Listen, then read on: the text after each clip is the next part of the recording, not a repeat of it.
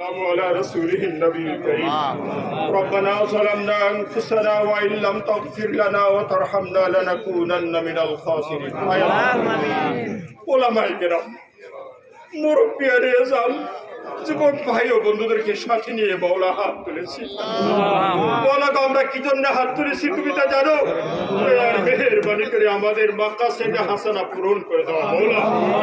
আল্লাহ তুমি ইচ্ছা করলে মুহূর্তের মধ্যে ইসরায়েলকে ধ্বংস করে ফিলিস্তিনকে বিজয় করে দিতে পারো। আল্লাহ যেই মাহবুব তুমি মুসা আলাইহিস সালামকে সাহায্য করেছো, মুহাম্মদ সাল্লাল্লাহু আলাইহি সাল্লামকে সাহায্য করেছো, ইব্রাহিমকে সাহায্য করেছো, তুমি তো কখনো কৃত্য হও না, তুমি কখনো দুর্বল হও না। আমরা কার কাছে দোয়া করছি? সেই মাহবুদের কাছেই তো দোয়া করছি। সেই মাহবুদ ইব্রাহিমকে আগুনের কুণ্ডলী থেকে রক্ষা করতে পারে। আল্লাহ তুমি তো রহমান, তুমি তো গফফার, তুমি তো সত্তার। আল্লাহ তুমি তো কাহ্হার। দয়ার মেহেরবানি করে ফিলিস্তিনের মুসলিমদেরকে তুমি নসরত আর সাহায্য করো। আল্লাহ মুসলমানদের হাতকে তুমি মজবুত করে দাও। সারা বিশ্বের মুসলিমদেরকে এক হয়ে আল্লাহ ফিলিস্তিনের পার্শ্বে দাঁড়ানোর সুযোগ দাও। আল্লাহ ইসরায়েলকে তুমি যদি ইসরায়েলের জনগণের হেদায়েত ভাগ্যে থাকে হেদায়েত নসিব করো, আর যদি হেদায়েত না থেকে থাকে ওদেরকে ধ্বংস করে দাও মাওলা। ধ্বংস করে দেওয়া তোমার জন্য কোনো সময় লাগে না, তুমি যখন তখন ধ্বংস করে দিতে পারো মাওলা।